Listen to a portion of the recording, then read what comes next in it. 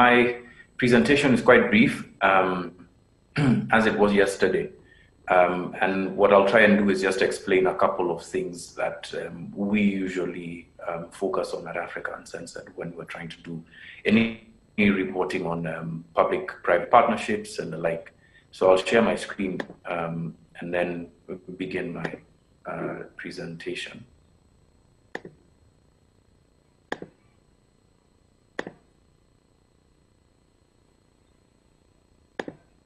Okay, I hope that you can see my screen. So yes, the subject matter was humanizing public-private partnerships and death stories. And the first thing, like I said yesterday, for that journalists ought to focus on is really just to focus on the people. And I'll switch off my camera just so that things can go faster for a moment.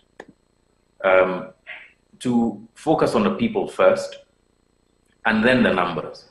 The numbers can be quite dazzling. If you're looking, and I'll use the example of the budget yesterday, the budget estimates reading yesterday, as an example of how dazzling numbers can be. If you look at a lot of the reporting that's out there right now, the comparison between Kenya's 3.63 trillion shilling budget versus the budgets of other East African countries would make it seem like this very big and insurmountable figure that it's very difficult to break down. But even there, even with numbers that big, and PPPs can be bigger, but often are smaller in terms of the quantum of the numbers that you'd be dealing with in comparison to a budget like that. There's always a person. And the philosophy that we use here at Africa Uncensored is the closer you get to people, the closer you get to a story. So that perhaps is the one universal tip that applies to all stories, but specifically stories about public-private partnerships, debt, illicit financial flows. There has to be a human context. Otherwise, it's just going to become fairly academic and not evoke any empathy from the people that you're interested in reaching. But the second and perhaps equally important thing is to explain relationships, right? So with a public-private partnership, there's often that private organization, that company that's going to procure a service or a couple of products over a long period of time for a government. Who's behind that organization? What is their interest in doing this? Do they have experience in doing this before? Who are they connected to? Those kinds of relationships are fairly important, being able to establish why there would be any sort of public-private partnership with a company in specific, if this is one that's proposed by people within government, or even if at the end of a process of looking for organizations through an open contracting system, you still wind up with various organizations that would engage in public-private partnerships. It's still important to understand what the stake of the company is beyond just pure profit or long-term stable and sustainable contracts with governments. The second thing, and I think a question was asked about access to information that leads into this portion of my presentation, is the breaking down of contracts. What part of a contract that has impact on the public? Have environmental impact assessments been done, and by who? Which organization did that? Was it a public organization that's mandated under the contract to do that? Where does arbitration take place in the case of problems arising from the public-private partnership? Or is there arbitration? What language are the contracts in? Those things are very, very important to be able to establish who's getting the short end of the stick. Unfortunately, there's one further rung that most African countries journalists from African countries, I should say, would need to climb, which is access to the contracts themselves. That implies understanding and being able to navigate your access to information laws, so that in the case where these contracts are not made public, then there's a process that you can follow to ensure that you get access to those contracts, and where you do not get them, even after following the process, that then also becomes part of the story, that there is either an attempt, a willful attempt, or just reluctance on the basis of how governments work to share these contracts with you. I think that the person who was asking the question was about what the thoughts are on the SGR contracts. Well, it's very difficult to have thoughts on a contract that you haven't seen, and this has been the long-running attempt for many in Kenya and I'm sure in other African countries, to be able to access the correct information so that you're able to analyze these contracts. Because journalists, a lot of journalists who perhaps don't have the skill set in reading contracts, for specialized or industries or specific industries, it's important to then lean on the experience of experts who understand what certain terms are. So, as an example, for instance, if you're looking at an oil extraction contract, what is cost oil? What is profit oil? When does a country begin to profit? If there's a public-private partnership that has been engaged in to extract that, are there any tariffs that will be paid? As the example that Jason gave on the expressway, what tariffs are going to be paid? How much are they going to be? Who's going to collect them? For how long? Those are important questions to ask, because that also leads you to the people that I had mentioned who will be impacted by this, members of the public who use a road or are depending on the extraction of oil to feed into the equalization fund, as is the case here in Kenya, and other aspects of local content that you would then need for development. And the third thing is to analyze the system, right? So not all, PPPs are equal, right? The taxes, the policies used to enforce them, not all of them are equal. So it's important to ask whether this is really a government policy of engaging in public-private partnerships to alleviate in the short term its expenditure on development, right? Or is this a particular specific public-private partnership for a specific goal, a specific project? And how are those going to be managed? Who does it affect? Because, in Kenya, for instance, we have a devolved system of government. It's very likely that some of these PPPs will affect the management of county governments, county budgets. Where do all of these things fit in? A great example is in healthcare. So if we're getting into a leasing program with various agencies, not to say that what we did was a PPP, healthcare is a devolved function, right? And certain aspects of healthcare are devolved. How do the county governments fit into the infrastructure that's been set for a public-private partnership? So those would be the three steps and three tips that I'd ask journalists to focus on. So it's connect companies to initiatives, break down contracts, analyze the system, but even before you do that, find the person at the heart of the story, or perhaps with the aid of these three things, right? So I had one example of a video, as I did yesterday, that I could play, that's part of like a public-private partnership that might give you more insights into this.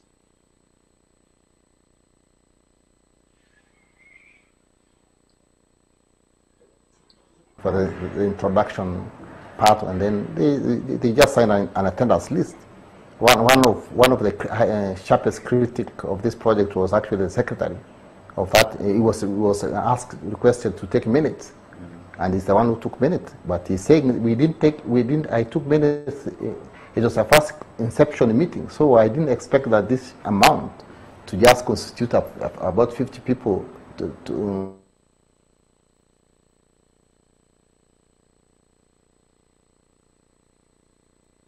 just make that decision. Any project which either developed by a private investor or not, there must be consent by the local authority. See, at that time, the county council. So there must be. I don't think the project would have proceeded to that effect. The Trust Land Act was not followed. And the funny thing about the Trust Land Act, or the good thing about the Trust Land Act, the steps that they set out were all coached in mandatory terms. So you did not have room to elect or select whether you'd follow step 1 and leave step 2, whether you'd substitute certain institutions that were meant to carry out the setting apart with what you think would do. It was clear as black and white. This is the procedure coached in mandatory terms. So anything short of it, any compromise to that process, then compromises the entire process. And we know a title is as good as the process. So if the process is impugned, then any document you hold at the end of the conveyor belt is unconstitutional. A divisional lands board was never set up to consult with the community. Instead, Marsabit County Council's Town Planning Committee was the body that approved the leasing of 150,000 acres to LTWP. This part of Loyangalani belongs to the predominantly pastoralist communities of Marsabit County. But even Google investors expressed concerns about whether locals had been adequately consulted. In a letter to Google CEO Sundar Pichai in early November 2015, 38 Google investors say they were, quote, deeply concerned by reports of violence, displacement and environmental damage associated with the Lake Turkana wind power project. In particular, we are seeking a deeper understanding of Google's process for ensuring free, prior and informed consent with indigenous communities impacted by Google's suppliers or by its own projects, end quote. The whole issue about full disclosure didn't take place. You need to tell me how or why you need a land, what my role will be, and what's my future involvement on that land. A Kenyan court ordered both sides to seek mediation over their claims for an amicable settlement that worked for each party. They were given 90 days. Those 90 days have since lapsed and the talks have stalled. Our client's concern is simple. How did you acquire the land? But that question has never been answered in court, was never given the prominence we thought it deserved, it being an environment and land court whose specific mandate is to address the land question. We wrote to the management of Lake Turkana Wind Power seeking, amongst other things, answers about how they acquired the land on which the project sits.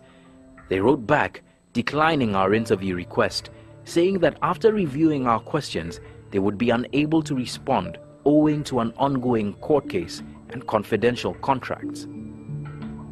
Sarima village in Loyangalani looks like it's always been here, but these are new houses. The village was relocated in 2014, moved 1 kilometer away from its original location to pave way for the building of an access road to the site. Because the community was not a part of the negotiation, both Amina and Mali believe that a lot of the community's needs that could have been addressed weren't. For instance, part of the claims of some of the members of this community is that the resettlement of this community paid for by the LTWP didn't include the entire community. The people of Sarema village are part of the indigenous communities here that call these hills and plains their home. Sarema didn't always look like this. It was a much smaller village, but the impact of the project has seen it grow from under 500 residents to over 1,500 residents.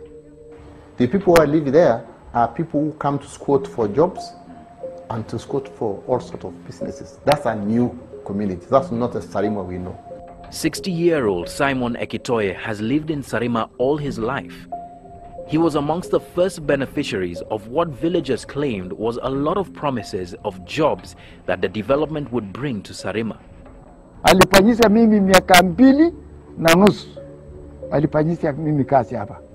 Aliandika mimi ya kwamba simamia kuhamisha hizi manyumba yote, kagawa hizi mamiti yote gawe wenyewe.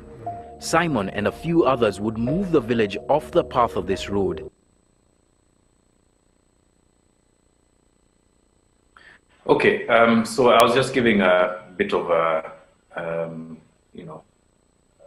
showing part of a documentary that we had produced a few years ago with regard to the Lake Turkana wind power project, which is supposed to be the largest in Africa and is a public-private partnership. And looking at the impact that the engagement in that project has had with on members of that community, and so that would be my take on some of the tips that you can use in reporting on public-private partnerships. And of course, there is an implication that these things have on debt. All right, thank you very much. Thank you very much, Allan. Any question for Allan? Yes, there's a question this side. A mic.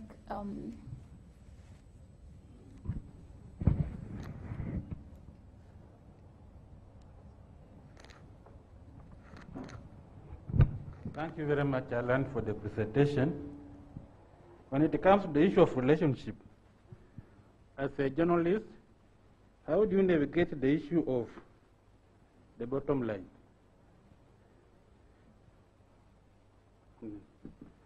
We know that media houses are owned by companies, and we also know that this information is not just hidden for the sake. There's a reason why it is hidden. And now here you are digging to unearth it.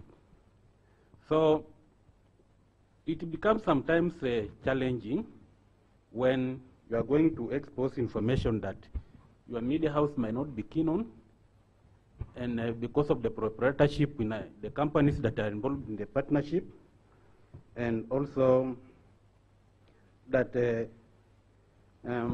could be issues relating to what the government really needs people not to know. Thank you very much.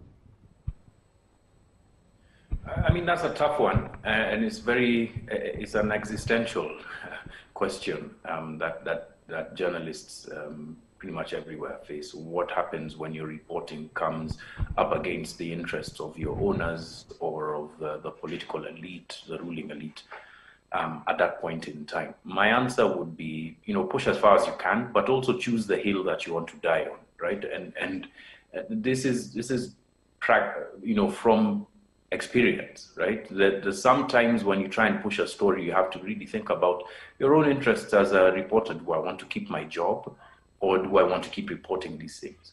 The legend of these kinds of interactions would have you say, no, I'm going to do my job, and I'm going to report this, publish and be damned and the like. But we know that there are much more practical concerns that people have on a daily basis. So choose the hill that you want to die on. If you think that you're going to, you can survive without a job and perhaps publish elsewhere, then by all means go ahead and do it. But also weigh the risks that you might be facing should you choose that route. Will these organizations sue? What kind of pressure can be brought to bear on you should you persist with your reporting? And weigh those risks even before you start reporting, so that you're not frustrated in the end that you've done so much work.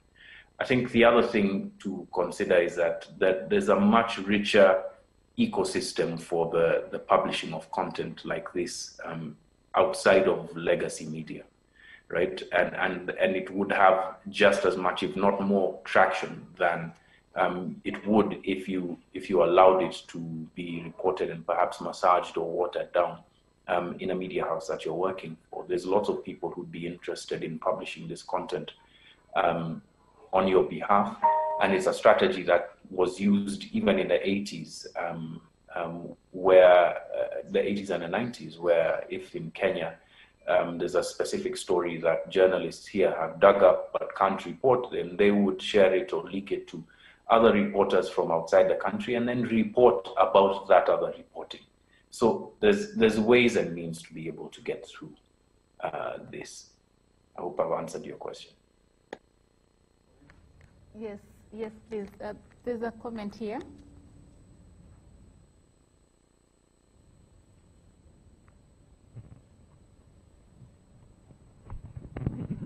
Thank you. I think John has done an excellent job, and that's what we call seasoned journalists. If you've been in the field for some time, I think the explanation that John gave, that's very excellent. And we as editors who send out for such stories, these are the things we try to find out. The debriefing we get from the reporter on the ground. And I think John explained very well in his presentation. The issue is for a journalist try to find explained relationships with regard to PPPs. That's where that's where the elephant in the room is. I'll use the Kenyan example because at least I think around Africa or in the East African area region, Kenya is leading in the area of PPPs. And for journalists, this is the thing you have to check. And as John said, explain, try to extract the relationship. And especially try to learn to read the contract. I have had occasion to look at some of the contracts, although when I got hold of those contracts, I did not hold those contracts because from my heart as a journalist, but from my heart as a lawyer. So you'll be shocked at some of the contracts that Kenya goes through, goes between Kenya and the private partners. And not that PPPs are wrong. They're okay.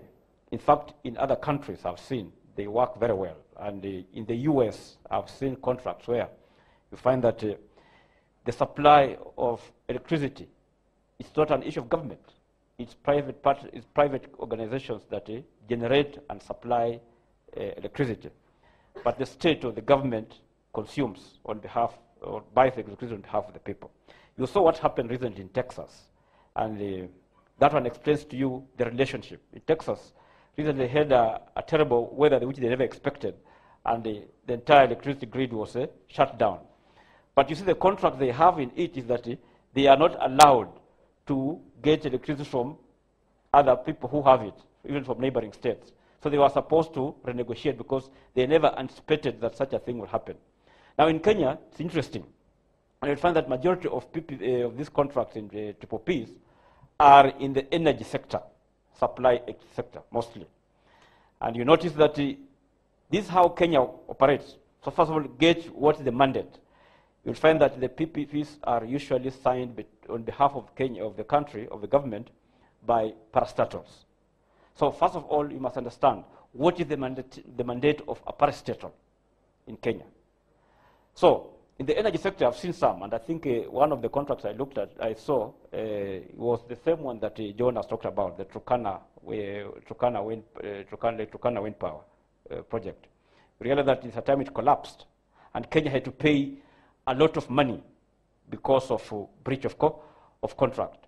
So what happens is that the problem in Kenya is that we contract away too much. Like in the energy sector, you'll find that electricity is not something that you can store. You don't store electricity. You keep on having it. But we have got a generator here. They have what we call the cost plus approach. He will generate for you electricity. Whether you consume it or not, you have to keep on paying him. And the contract is such that he says that my investment in this, you must take what you call opportunity cost. So he'll supply you with electricity, whether you are using it or not, whether you are consuming it or not, you still pay, And that was the problem with the Turkana wind power. although it did come in. We have got others which are terrible. I think I've seen some of them. They're terrible. You look at them, and that's how you can be able to pick out as a journalist, how does it affect when you are trying to humanize it. And the only problem that journalists, I can say, will have is maybe having access to those contracts. And I think that's what John said. You may be very lucky if you get access to those contracts. We have tried as journalists to get some of those contracts. As a media house, they will not give you. They say that they are confidential.